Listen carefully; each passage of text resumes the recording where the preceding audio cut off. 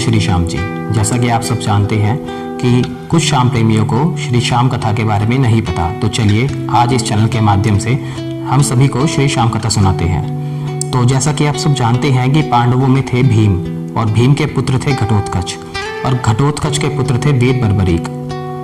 तो जब महाभारत का युद्ध चल रहा था कौरवों और पांडवों के बीच, तो वीर बर्बरीक ने अपनी माता से इस युद्ध में भाग लेने की इच्छा जताई। तो उन्होंने अपने पुत्र से वचन लिया कि तुम मुझे वचन दो कि जो हार रहा होगा तुम उसका साथ दोगे। तो उन्होंने अपनी माता को पहला वचन दे दिया, और उनकी माता ने दूसरा वचन उनसे लिया कि तुमसे कोई भी कुछ मांगे तो उसको मना नहीं करोगे। और इसी प्रकार वीर बर्बरीक ने अपनी माता को दूसरा वचन दिया, और उसके बाद वो अपने नीले घोड़े पर सवार होकर 3 बार और धनुष के साथ कुरुक्षेत्र की रणभूमि की ओर चल पड़े। इस दौरान मार्ग में बर्बरीक की मुलाकात भगवान श्री कृष्ण से हुई। ब्राह्मण वेश धारण श्री कृष्ण ने बर्बरीक के बारे में जानने के लिए उन्हें रोका, और ये जानकर उनकी हंसी उड़ाई कि वह एकमात्र 3 बाण से युद्ध में शामिल होने आए हैं। कृष्ण की यह बात सुनकर बर्बरीक ने उत्तर दिया कि उनका केवल एक बाण शत्रु सेना को परास्त कर सकता है, और ऐसा करने के बाद उनका बाण उनके पास ही वापस आएगा, और यदि तीनों बाणों का प्रयोग मैंने कर दिया तो इससे पूरे ब्रह्मांड का विनाश हो जाएगा। ये जानकर भगवान श्री कृष्ण ने उनको चुनौती दी कि इस वृक्ष के सभी पत्तों को वेद कर दिखलाओ। परीक्षा स्वरूप बर्बरीक ने पेड़ के प्रत्येक पत्ते के एक ही बाण से बींध दिया, तथा श्री कृष्ण के पैर के नीचे वाले पत्ते को भी बींध कर वह बाण वापस तर्कस में चला गया। इस दौरान उन्होंने पूछा कि किस तरफ से युद्ध में शामिल होगे।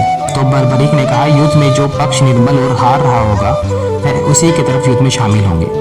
श्री कृष्ण जानते थे कि युद्ध में हार तो कौरवों की निश्चित है, और इस कारण अगर बर्बरीक ने उनका साथ दिया तो परिणाम गलत पक्ष में चला जाएगा।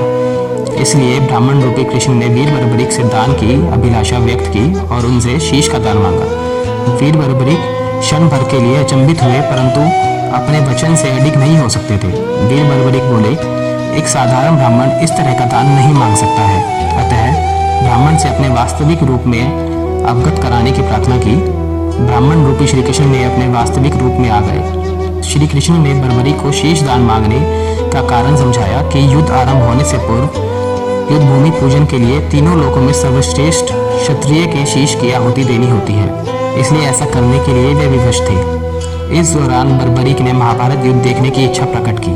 श्री कृष्ण ने उनकी ये प्रार्थना स्वीकार कर ली। श्री कृष्ण इस बलिदान से प्रसन्न होकर बर्बरीक को युद्ध में सर्वश्रेष्ठ वीर की उपाधि से अलंकृत किया। श्री कृष्ण ने उस शीश को युद्ध अवलोकन के लिए एक ऊंचे स्थान पर स्थापित कर दिया। फागुन माह की द्वादशी को उन्होंने अपने शीश का दान दिया था। इस प्रकार वे शीश के दानी कहलाए, और श्री कृष्ण ने उन्हें एक खास वरदान दिया था, और यह है वो वरदान। श्री कृष्ण ने प्रसन्न होकर फिर बर्बरीक के शीश को वरदान दिया कि कलयुग में तुम मेरे श्याम नाम से पूजित होगे, और तुम्हारे स्मरण मात्र ही भक्तों का कल्याण होगा, और धर्म अर्थ काम मोक्ष की प्राप्ति होगी।